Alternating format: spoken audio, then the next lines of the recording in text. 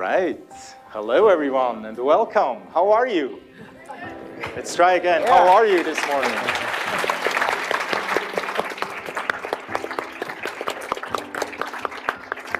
A very warm welcome to the Berkman Klein Center, to Harvard Law School on this sunny but windy and slightly chilly day.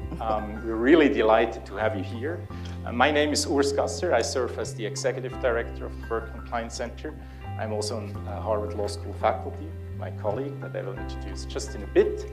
And of course, I'm very pleased to moderate this special conversation about the ethics of digital transformation.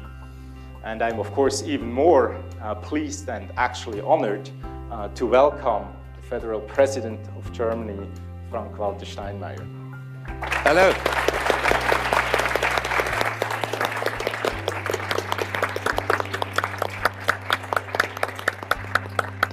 Herzlich willkommen. Schön, Sie hier zu haben. Dankeschön. We are joined by a wonderful group of colleagues and experts, and I will, if you are not mad with me, I will just briefly introduce you, and we will get to know each other a bit better as we go along and talk about your work, and of course, as we engage in an open conversation. So this should be interactive as much as we can. Eva Weber-Gurska is a ethicist, a philosopher, currently at the Ruhr University in Bochum.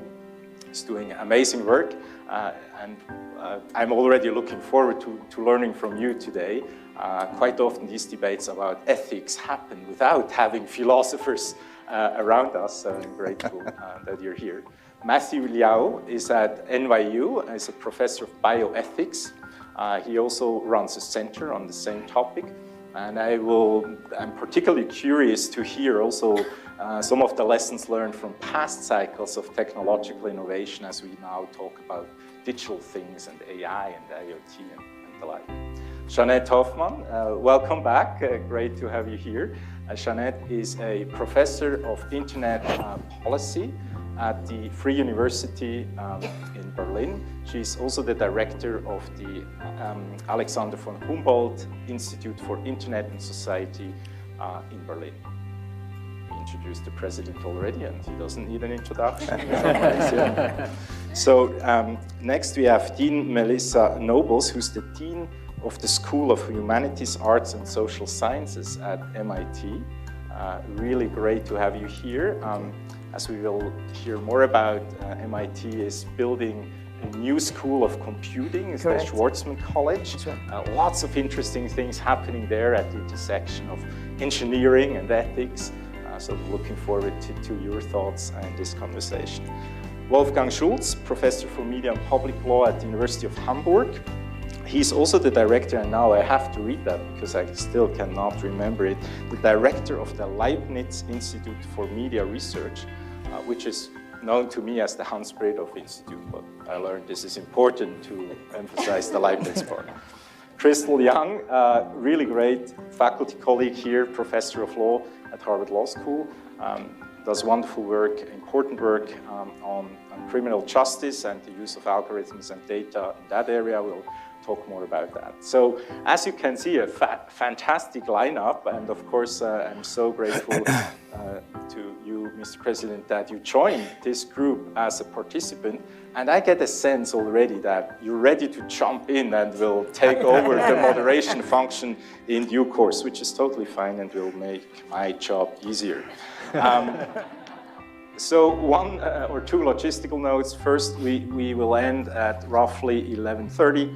That's the plan. Some segments of the conversation may be in German. You should have translation.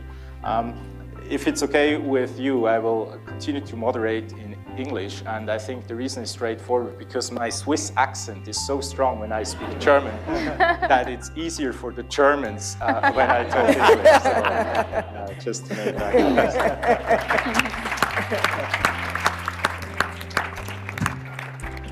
So with that, Herr Bundespräsident, here is the question for you to start us off. We met the last time in 2012 in Berlin and had a conversation about what does it mean to make good policies for the internet age. And I Googled this morning actually and tried to remember what happened in 2012, right? It seems like in internet times, it's more like 70 years ago than 7 years ago. And when I Googled things that happened there in the technology space was the Google Glass project was kicked off, the iPad mini was introduced, Facebook went public, and a bill was signed in California that self-driving cars are now allowed and were regulated.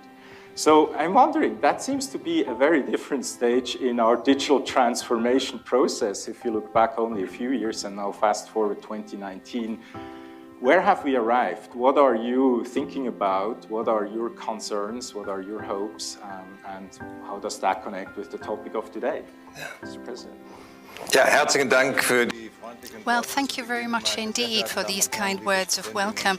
Ladies and gentlemen, dear students, I think it is fantastic. You know, you've been given the alternative to enjoy a sunshiny day, though somewhat windy, late autumn, but you've nevertheless decided in favor of the alternative, coming here into an enclosed room to listen to us. Thank you very much for that. And thank you also for reminding me of the year 2012, which I remember well for quite different reasons.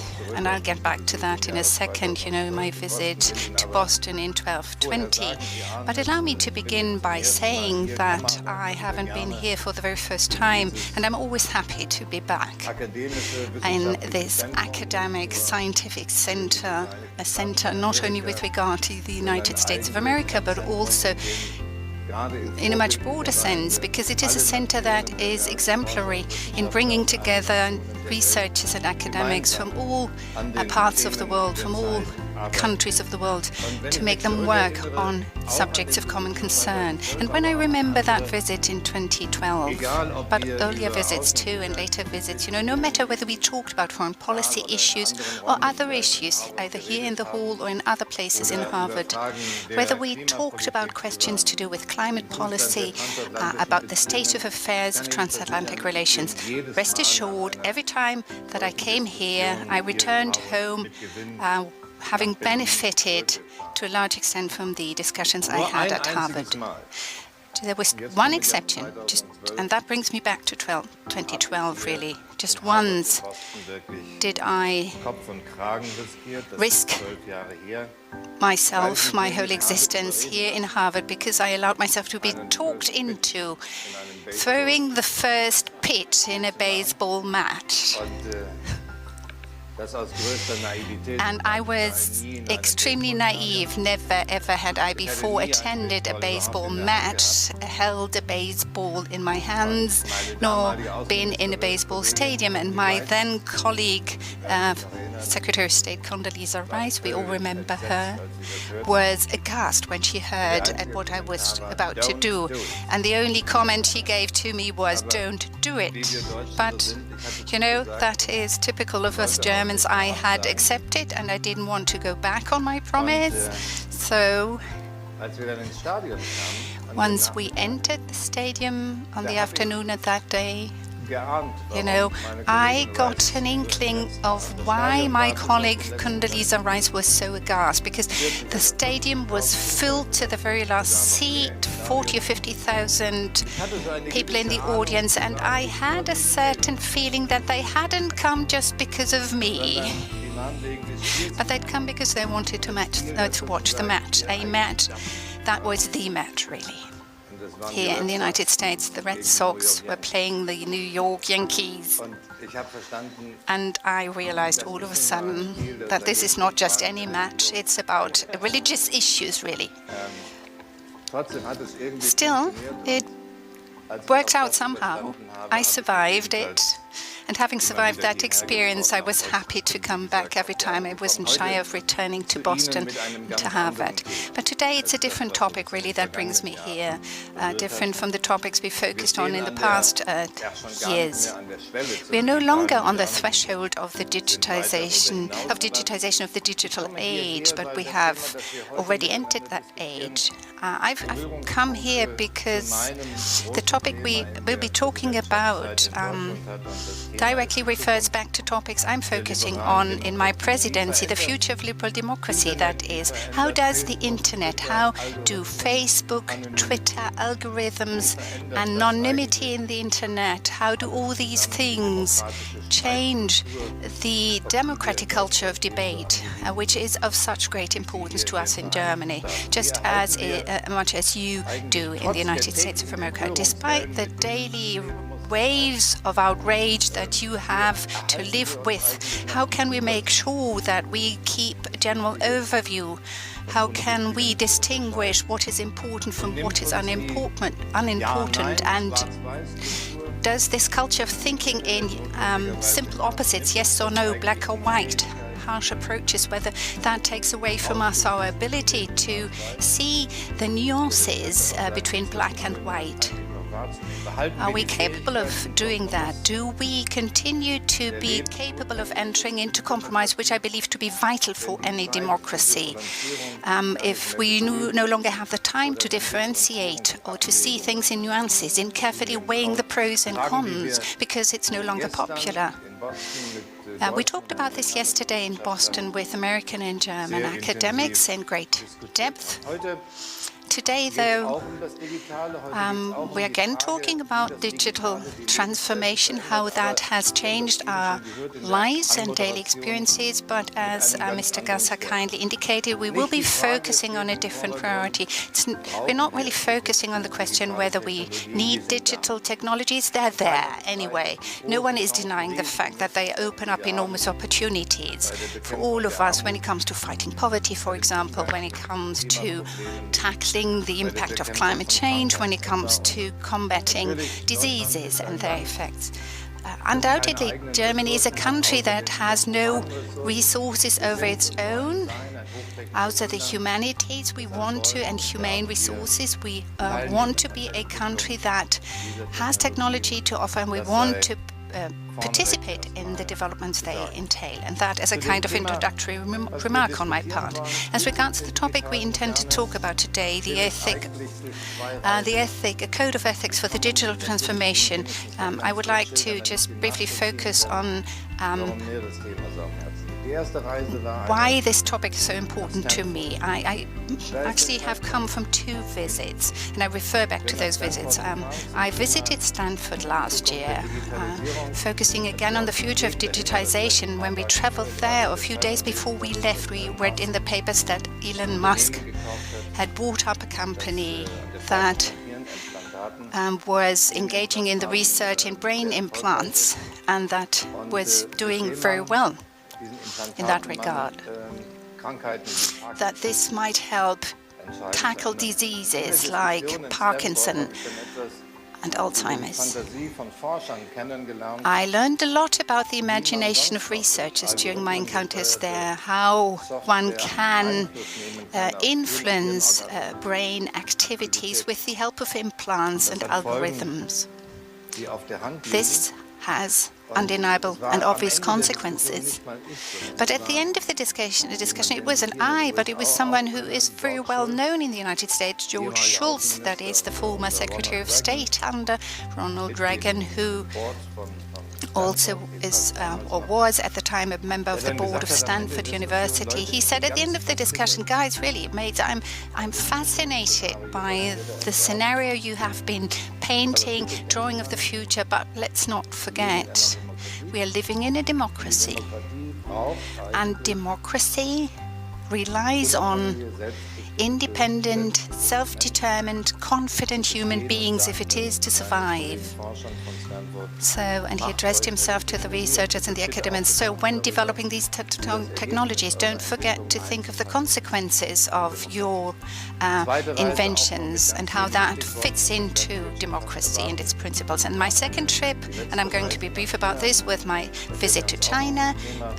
Again, we also focused on this topic. And we also talked about social scoring, the opportunities, the perspectives that result for the members of a society. The debates we had were not easy because at the beginning, the Chinese didn't understand why we were asking these questions at all and why we would find some of these things complicated that come up in the context of social scoring. Because they said we have 80-90% of support, popular support for these topics. Why are you against it? You know, we live under different political circumstances are scared and shocked by the idea of having to submit to total surveillance of all our aspects of our lives.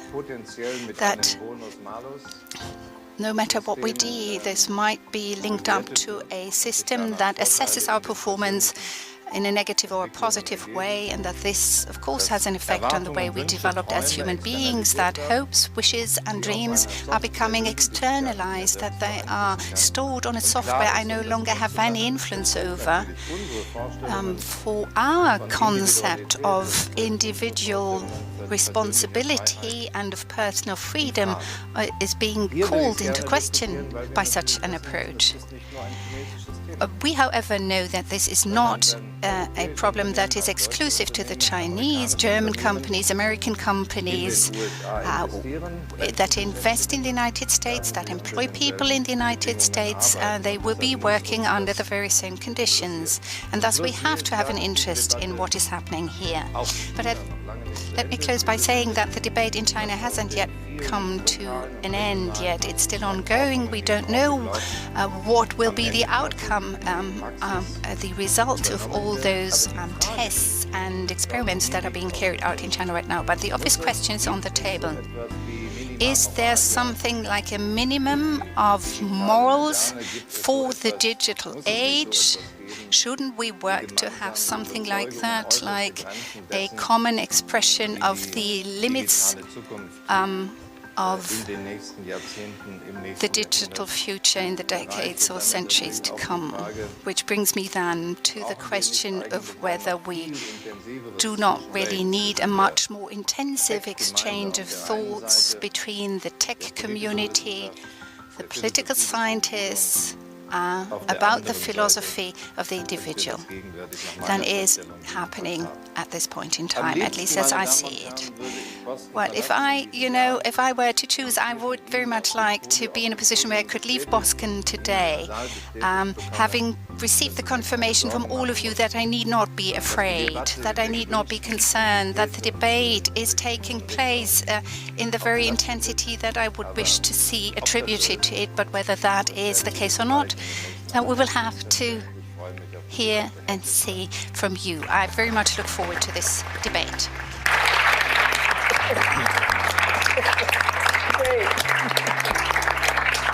Thank you so much for setting the stage so beautifully. And I realized while you were speaking that my American colleagues didn't have translation, but you followed it very nicely. And I very much appreciated the baseball reference. Yeah, I got that part. There were a couple of words in there I kind of got. Yes, but you really set the stage so well. Great. Yes, that may be helpful for people. Great, thank you. Should I repeat it? Yeah, exactly. Can you give us, but if a summary, I heard Stanford. I heard right. And of course, you picked up on that notes, which is exactly the segue to my question. Sure. So the president was putting some sort of the societal change that we're going through, where technologies of different sorts play such a vital role in the larger context of the future of democracy, and the question of how do we want to live our lives and interact with each other and shape our future. And within that, he also referred to, as you picked up on, a trip to Stanford, and pointed out already, and that's a theme I want to follow up on for a few minutes, sure, that there are tremendous opportunities, although currently the focus is really on the risks of new technologies, essentially in public discourse for sure, particularly in Europe. But before we go into risk mode and talk about all the pitfalls of these new technologies, I would like to pause and really zoom in a little bit on this question. What can technology do for climate change and other areas that the President mentioned? Against climate change. Against, yes, against, right, exactly. to address some of the big challenges of our time. Sure. And there is this other place closer to home, MIT, Right. where many of these technologies are developed in the lab. And I was wondering whether you would be willing to share maybe 2-3 examples from also your humanities perspective Sure. that give you hope and optimism, maybe. Sure, I'm glad to do that. Good morning, everyone. Well, you know, one of the things about MIT, I kind of hesitate in a certain way to be able to say 2 or 3 since the Institute is kind of connected to technological innovation. So I think I'd rather say a bit about what has made MIT such a leader in thinking innovatively. And a big part of that has been the commitment to collaboration across all 5 schools. So it's a recognition that many of the problems that the world faces, obviously global in nature, and they require knowledge from all domains, that it isn't just a scientific problem, it isn't just an engineering problem, it isn't just an economic problem or a social problem, it is all of these things together. And part of our strengths have been putting together research programs to deal with these. So we have, for example, the MIT Energy Initiative, which get together professors from engineering, science, humanities, arts, and social sciences, the Sloan School to look at the economics and the business models of what is sustainable and what not, as well as architecture and planning to look at the ways in which climate change and the way we use energy is changing how we structure cities. So it is the scope of the problems and a commitment to putting intellectual energies that are commensurate with them that I think has set MIT in a better way for thinking about the future. So I hesitate to say any particular, except to say that the problems are so massive. There is no way that technology cannot be a part of it. Right?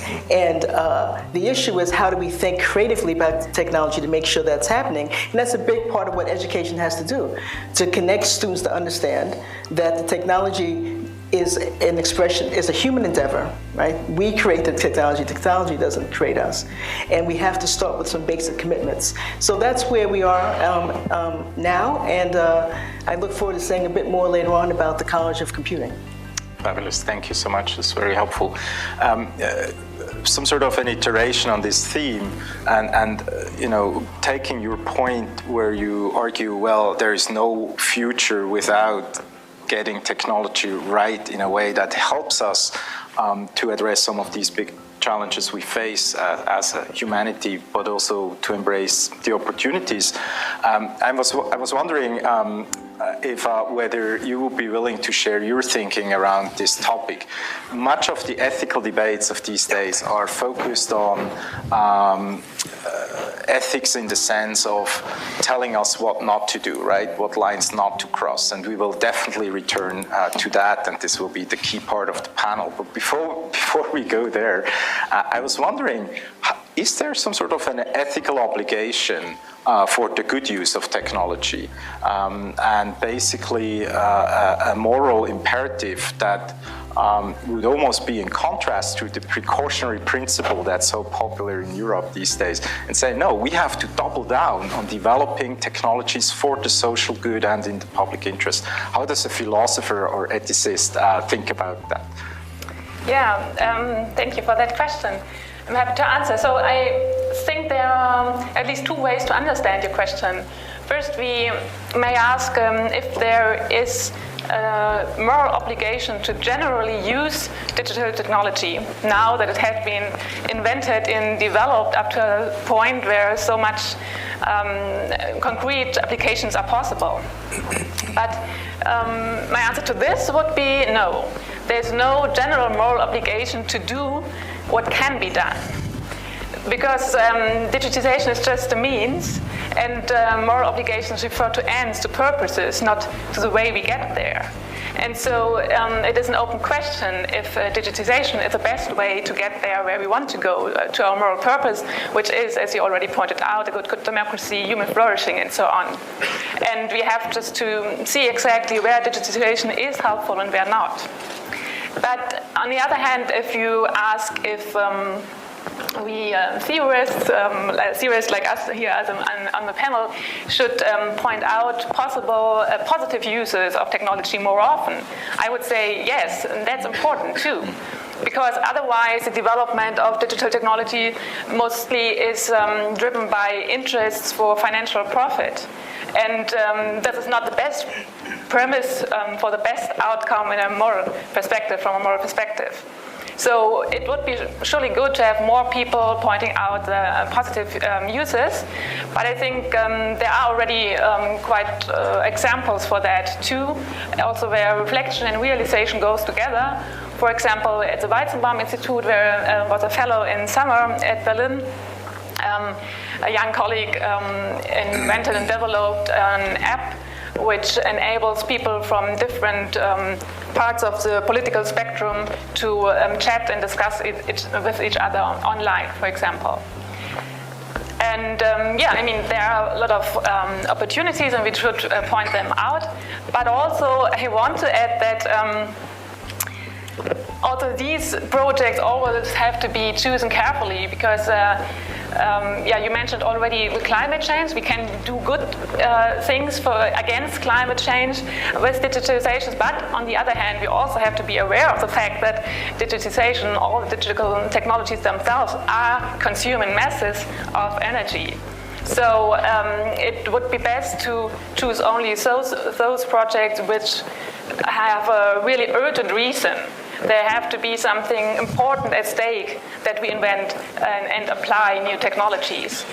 And I remember the British philosopher Derek Parfit saying that all people, all humans with two healthy legs should use the stairs instead of the elevator in order to save energy, because he said elevators are just made for people who cannot walk. And a bit in the similar vein, we should always watch out where are the urgent reasons that we invent digital technologies for. And what is urgent, what is important, always depends on the domain. It's different in every domain. In medicine, for example, it's diminishing of suffering. In law, it's justice. In democracy, it's participation and a well-founded formation of political opinion. And only then, when we have identified precise moral purposes and we see that we cannot attain them but by digital technologies, then I think we might be seen as obliged to use them. Wonderful. Great segue. You pointed out some sort of the big questions, but also that these questions can only be answered or worked through in a particular application context. Yes. And you mentioned already a few. Mm-hmm. And if I may, to get a little bit more specific and put like the conversation at from 30 or go from 30,000 feet a bit lower to 10,000 feet maybe, and take two examples that illustrate some sort of the struggle, how we embrace opportunities but also protect against risks. And Matthew and Crystal, as I already mentioned in the introduction, you have interesting work that some sort of serves as a case study in our context. Matthew, focusing on health and public health and the role of technology, whether it's AI or IoT. How are some of these questions that Eva identified crystallizing, and where do you see things going? What are some of the concerns? What's the state of play? Yeah, so good morning, everybody. So as Professor Gazer has said, I'm a philosopher, and I have a book coming out called The Ethics of Artificial Intelligence, coming out next March, and we cover a number of these different issues in sort of the ethics of AI. And one of the applications of the ethics of AI is in the realm of healthcare. There are actually a lot of really exciting opportunities and a lot of development, a lot of things being done in the area of healthcare. So for example, machine learning is being deployed to sort of screen cancer cells. It's found that it's almost as effective as radiologists. It's also being used in ophthalmology. It's being used to screen, to figure out whether an embryo is going to be viable or not. It's natural language processing is being used to figure out whether people are having suicidal thoughts. So there are a lot of really exciting developments that are currently underway. And what that means for us is that it can really, for example, reduce sort of healthcare costs. In the US, I think we spend about $3 to $4 trillion in healthcare each year. And so one of the things that machine learning can do is reduce administrative costs in healthcare, for example. It can also facilitate in drug discovery. Finally, another example is it can really realize the vision of precision medicine. So, for example, Fitbits, wearables, to sort of figure out healthy lifestyles, what you should be eating, your calorie intakes, and so on and so forth. So all those are really, really exciting developments. I'm an ethicist, so I also think about sort of some of the ethical problems, and I just want to very quickly share some of the ethical concerns with you as well. So one of the biggest challenges with machine learning is that it requires a lot of data. And so what that means is someone's got to go out there and collect all these data, and then you get into issues about privacy. Especially in the healthcare, it's personal data that we're talking about. So, one obvious example is sort of Facebook and, Cambridge Analytica collecting a lot of information, using, from Facebook users. Another example is GlaxoSmithKline. They just recently bought this company 23andMe, which is sort of ancestry type. You upload your information, it gets your genetic information. So now they have all the database. And so one of the things we need to really be worried about is whether are they collecting the data appropriately? Are they violating rights? What are the implications of the individuals?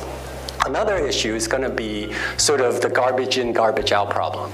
So, the algorithms that we're using today are going to only be as good as the data themselves.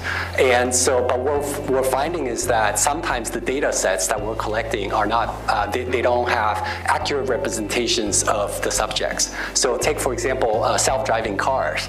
It turns out that self-driving cars, they're not so good at detecting people of color, because the training sets, the training data that they use, they don't have enough of people of color sort of in the data set, and so that's a problem when we deploy those sort of data, sort of the algorithm in the wild. I'll just say one more thing. The biggest concern I have with machine learning right now is there's something called deep learning, and deep learning is actually a technical term. It just means that there's sort of it's using a big network sort of to figure out, how a machine should act. And it's sort of powered a lot of the recent developments. Since 2012, it's powered a lot of sort of the new breakthroughs. But one of the problems with deep learning is that it just doesn't capture the causality, the causal relations of. It doesn't really understand what it's doing, and so it's linear regression. It's a lot of math, but here's one problem. So there's something called generative adversarial network. It's a type of single, so one type of attack is something called a single pixel attack. So machine learning is very good at image classification. They can take images and they classify them very accurately. But researchers have found that if you just take an image, say an image of a car, and you just take one pixel and you change it from black to white, the machine learning will completely screw it up. So for example, with the image of the car, it'll now classify that image as a dog with 99% confidence. And just imagine deploying that type of machine learning in the context of healthcare, when sort of people's lives are at stake, or in the context of self-driving cars, right? And so I think we're going to get into more of these discussions later, but I think that's where we have to be careful about rolling out these technologies. So.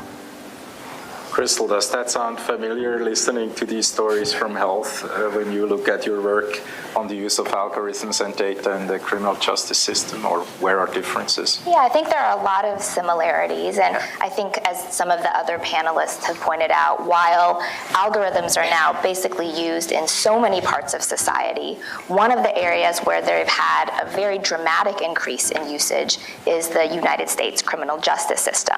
And the algorithms here we often call risk assessment instruments, because what the algorithms are trying to do is predict somebody's future criminality. And these instruments now are used at various stages of the criminal justice system. Things from policing to pretrial and bail decisions to sentencing to probation and parole as well. And just for some examples, take predictive policing. One of the common technologies is called PredPol, which is used by the Los Angeles Police Department and over 60 other police departments across the United States. It uses historical data on crime types, where crimes have happened, to predict the future incidents of different criminal incidents. In sentencing, now many states allow judges to consider risk scores that are meant to predict the future risk of committing new criminal behavior. One common algorithm here, which has been in the news a lot, you may have heard of, is the COMPASS algorithm. It's a proprietary algorithm, so we actually don't know exactly the underlying algorithmic structure, that classifies individuals on a scale of 1 to 10 in terms of their predicted likelihood of recidivism using how that person answers questions on a 137 questions survey. So these are just some of the examples, and I think they raise a huge host of issues and challenges. One that I think requires a lot of understanding from philosophers and ethicists is, do these risk assessment tools have a role to play even in the criminal justice system? I think some view the endeavor of predicting future risk as wrong-headed and believe that because of this input data, garbage in, garbage out type of problem, that using algorithms to predict future risk will only entrench or potentially exacerbate inequalities and inequities that we see in society at large. On the other hand, and I place myself more in this camp, while there is acknowledgement that the algorithms are often imperfect, I think it's also important to consider the relevant counterfactual. The counterfactual is not a world free of inequality, of inequity. It's a counterfactual in which we have human decision makers. And guess what? There's lots of evidence that human decision makers have a big role to play in perpetuating inequalities through bias and inconsistency. So there's a role, I think, to consider, what are we comparing the algorithms to? It's not a perfect world, it's humans. I think another set of design questions that Matthew has gotten at is, in the criminal justice system, there are lots of open, unresolved questions about how do we design an algorithm? If we're going to predict risk, can we consider individual characteristics like somebody's race or ethnicity, what we often call protected characteristics? If you can't, can you consider non-protected characteristics, things like education, where somebody lives, which can effectively proxy for a person's race or ethnicity? There's also complicated questions about how to evaluate if an algorithm is doing what we want it to do. What does it mean, for instance, for an algorithm to be fair?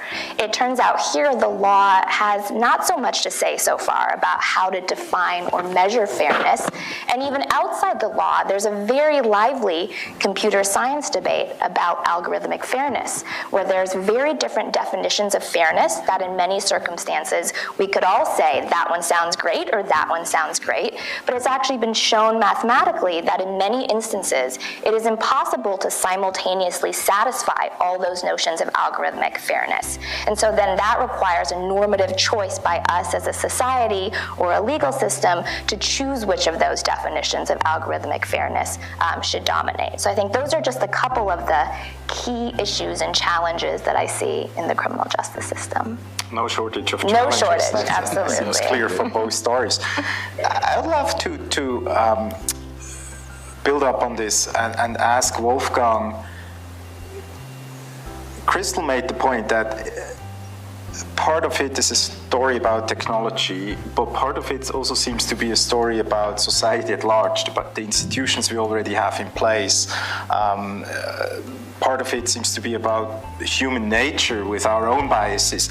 So how do you think about that as we have these intense debates about AI decision making and versus human decision making, and should we replace judges by AIs or not? How much is it about technology really?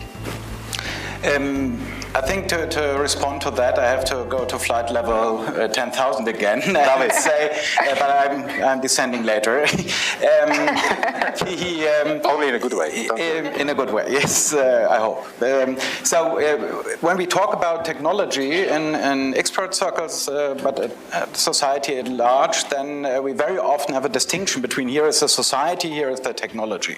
And that is a dangerous thing, because then we frame technology as a kind of natural disaster that is coming, and we have to build walls to cope with that. And we are not in the mode of creating the technology as a society and together with the different disciplines. So I think we have to be very careful how we talk about these things and where we talk about tensions. And I think, build on what Crystal said, because we are doing some research in the criminal justice system as well, and have done recently.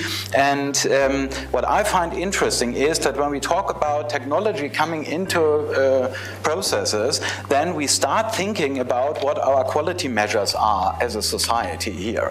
And I had a discussion with German judges a couple of months ago, and we are talking about sentencing, and we are talking about AI supporting that, and then I raised the question of explainability, which is one of the issues in AI, that we cannot really see and explain what happens there. And then one of the judges said, wait a moment, ask me, can I explain what I'm doing when I come to this decision? And I'm not sure that I really can do that. I can give a reason that is valid in the legal system, but I cannot really explain what my motives were here. And then we had a debate on what are the factors there. And in German legal system and the criminal law, it's not very well elaborated what the criteria are. So it's very, very vague. And so we had a very fruitful debate on what the values actually are. And you can have the same in other fields of society. We have next week or the week after a workshop with computer scientists and people from communication science and law, talking about how to understand diversity in recommender systems for the media. And we want to come up with ideas what that actually is. And then you have to go back and what do you want as a society actually when you talk about diversity. So I think that's a good thing that technology forces us to ask these hard questions about societal values and to better understand what makes human decision making so special. We are talking a lot about things like tacit knowledge and tacit norms, things that we all understand because we are part of the society, and we cannot really explain why we do that this way or that way, because it's kind of tacit knowledge or tacit norms, and that is something that you cannot really now, I would say, built into technology, that would require technology to be part of society and learn in interaction. And I think we are far from that so far. So I believe that this is a twist of the debate that very often we do not really include in our conversation when we talk about this society here, technology there aspect.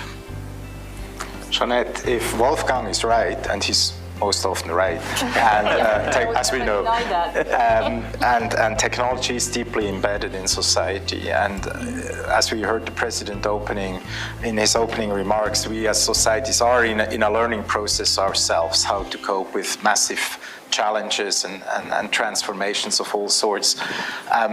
Based on the work you've been doing, following early debates around internet regulation and approaches to governance, what's currently happening in this societal learning process as we try to identify and agree and regulate good uses versus bad uses across different contexts? And we only highlighted 2 examples and could add many more. What sorts of norms are emerging, and what's some sort of the dynamics around these norms as you observe it? Thank you, Urs. I could talk for hours on this question. I really like it. Let me go one step back. At the time when the internet and digital technologies... Switch off the mic, sorry. On the mic here. Am Gerät an der Seite. Haben Sie das Gerät? It's in here. Yeah. Okay. Around the time, Well, it's better. digital technologies really became more present in our societies. Western societies went through a long period of privatization and liberation from old state monopolies, and we thought of the force of the internet as a form of liberalization, and that kind of idea of self-regulation and let the markets determine the future, we thought that this was a very good alternative. And this we have sort of driven to a point where we now regard digital technologies only as nearly as a self-driving autonomous force. We ascribe a lot of power and agency to digital technologies themselves and the companies who develop them. I would say that the debate we see now about AI and ethical frameworks is sort of an echo of that. The idea that ethical principles might be good enough to give us an orientation for the future of artificial intelligence. But we need to ask ourselves whether we get enough accountability out of ethical guidelines and frameworks. I just came back from the West Coast where you see really a change of wind. Companies now begin to wonder whether they do not need a legal framework for the future development. Such a legal framework could be, for example, anchored in human rights, and legislation could build on fundamental rights. They could sort of set limits to future developments, also to make us see that finally it is society that shapes technology. It's not that technology sets its own rules, but we are not really aware of it, I think, at the moment. We nearly have lost the capability to see and to recognize how we change technologies as societies. So we need to sort of perhaps turn around a bit, give up this idea of complete self-regulation and come to new models that sit somewhere in between a market approach and a pure government approach. We need new regulatory frameworks that need to work across national boundaries, even though we can, I think, not hope for multilateral approaches. We need something below, and the GDPR, the General Data Protection Regulation that the European Commission introduced, is often mentioned as a gold standard for that kind of approach. Perhaps some countries can get together, build a legal framework and export it via trade agreements. There is some good advice. Thank you, Jeanette. So a couple of things that I would like to follow up on. One is this role of the ethics principles. You mentioned there is a flourishing of ethical principles around AI in particular. I think 130 or something are out there. We tried to map some of them, but it's getting quite a task. But on the other hand side, given also Wolfgang's remarks and the opening statement by Herrn Bundespräsident, there is value to these ethical debates, nonetheless, right? Yeah. And you also make this point, of course, that we need all different approaches and tools, probably, including law, but also ethics. And if I may ask you, how do you think about these ethical principles? What's some sort of the value when these ethical norms crystallize in guidelines and things like that, whether it's for companies or enacted by international organizations like OECD or even by nation states? What's the promise, but also what are the limitations of ethical approaches of this sort when we deal with these complex, messy problems? Mm-hmm. Yeah, so ethics and law, of course, have to be distinguished, although they are connected. ethics is, I would say, the explicit formulation of implicit norms that guide or should guide our everyday actions in our life, our living together. And law, it's the core of the organization of a state or a nation, transforms some of these norms into concrete rules, the infringement of which then is bound up with sanctions by the state. So this is something different, and not all moral norms are legal norms, and vice versa, of course. But ethical guidelines now for new topics like digitization can be, I think, helpful first steps to show something that then can be transformed into law too. Speaking of law, what's your hope that, looking at your area of research, that the law will some sort of evolve in this dynamic situation where maybe ethical principles may lead the way? Where do you see the promise of law in these debates where, you know, we're facing this shift from the human towards the machine? Yeah, I think law has a very important role to play here. I think I share Jeanette's sort of general sense that self-regulation is probably not going to be a sufficient solution, and that there have to be legal interventions. And the law is both instrumental in that it will undoubtedly, by deciding what to permit and what to prohibit, shape the behavior of governments, private companies, in terms of how they design algorithms, how they implement them on the ground. The law, I think, also has important expressive principles maybe related to ethics, where if the law allows for something, then citizens, members of society, will view something as maybe more socially acceptable. So I think the law here has a big role to play. Coming back to the criminal justice system, though, I think there are many ways in which the current law, certainly in the United States, falls short for a lot of the new challenges that might come with algorithms. So to give you some examples, many people are troubled by the use of disparities that can emerge when you use an algorithm to make decisions. And that could be because of the data or the structure of the algorithm. Now, it turns out there's probably pretty limited legal remedies for addressing those disparities. Under current US law, a finding of discrimination under the Equal Protection Clause of the US Constitution would require a showing of discriminatory intent or purpose. And that's hard because when an algorithmic designer chooses to use a variable or certain types of data, there's probably often no discriminatory intent or purpose, and yet because so many variables can be proxies for things we're troubled by, there's often maybe no direct legal remedy. And so this traditional requirement we've had in the US Constitution and case law of requiring intent and motive is often ill-suited to addressing the new types of problems that the algorithms can introduce. Moreover, it's actually been the case in the US that many have interpreted the case law on discrimination as requiring or prohibiting the use of characteristics like race or ethnicity. You cannot use them in any way, shape, or form.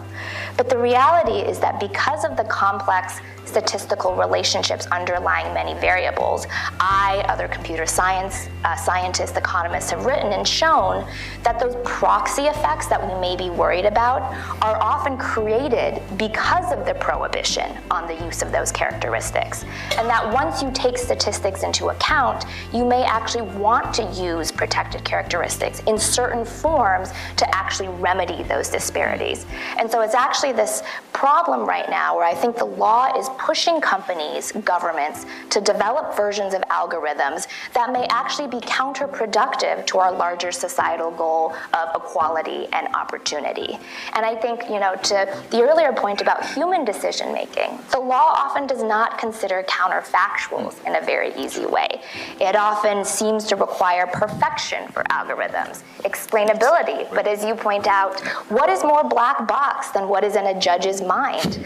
Perhaps the judge's mind is more of a black box than a neural network or other forms of machine learning. And so I worry that the law, by sometimes requiring perfection and not considering the counterfactual, will often chill and deter what may be innovative and good uses of algorithmic decision making. So also the relationship between technology and law and ethics is very complicated and bidirectional, with unintended consequences included. Still, if I may, Some of you have put this on a par in a way. That does not convince me of any decision taken by an algorithm being plausible. You know, the fact that we don't always understand algorithms and software that is guided and steered by algorithms. And that leaves me very concerned. We say, and the situation in America is slightly different from the situation in Germany. Judge passes a sentence or a judgment, he or she has to justify that decision. Not every ruling or decision has to be accepted. People may have a different opinion, but as a rule, as far as the tradition in Germany is concerned, you do have a very extensive duty to justify your sentence or your ruling. And that is what lacks when you talk about algorithms. That is one of the questions that we need to discuss, I believe. Is it conceivable at all that algorithms, that the control of algorithms can become or be made more transparent? Of course, not towards each and every individual person, but perhaps with regard to those who consider themselves the representative of the government, you know, the body in question responsible for protecting the rights and the freedoms of the individual. Can you hear me? And a second remark that I'd like to make against the backdrop of what has just been said, it is good that we have a debate up here on the rostrum, so to speak, about the ethical principles for digital transformation.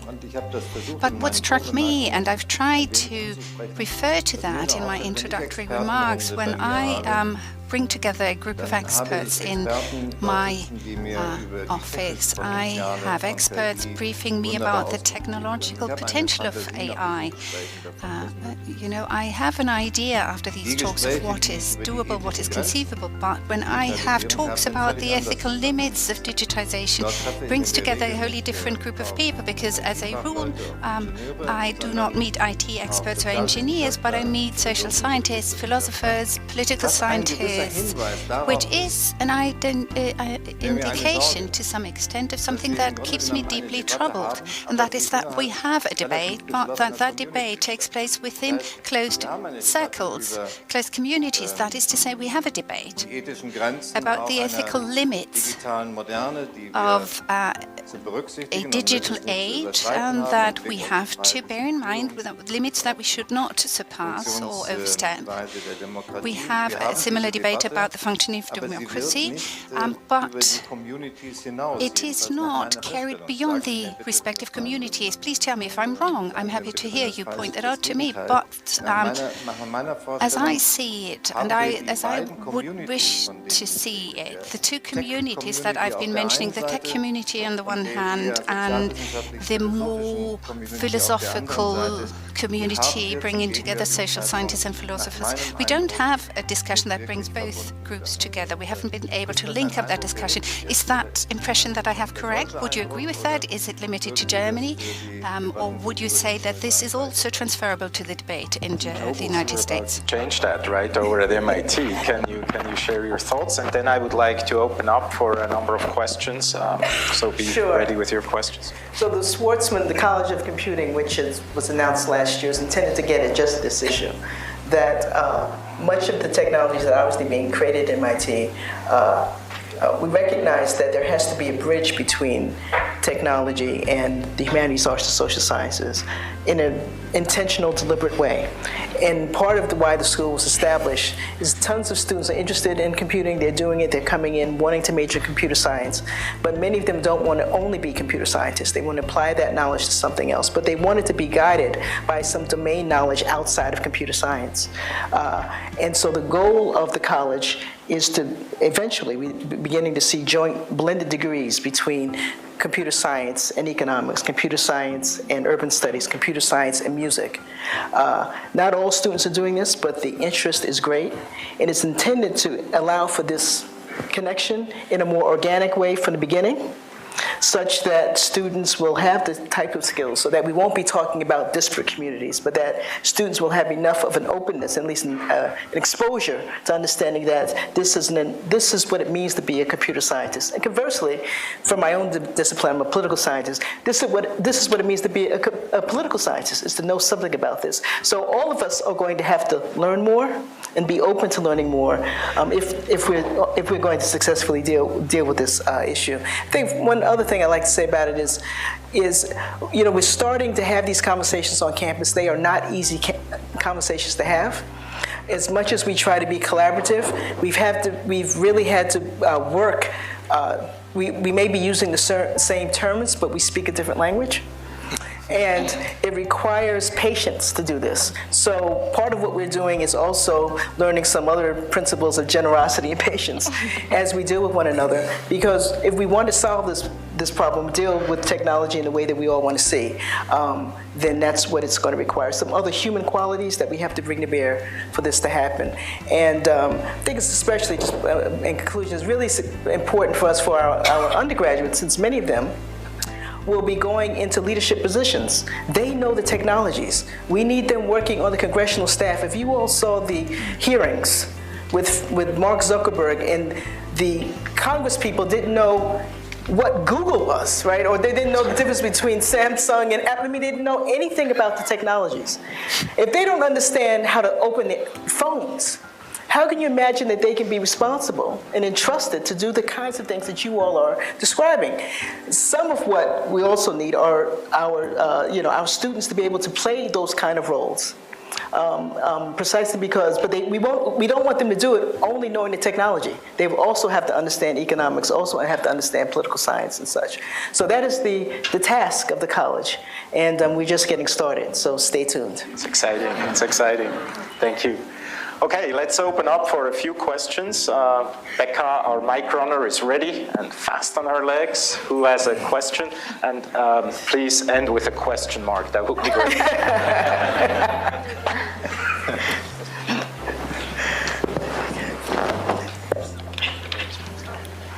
Me?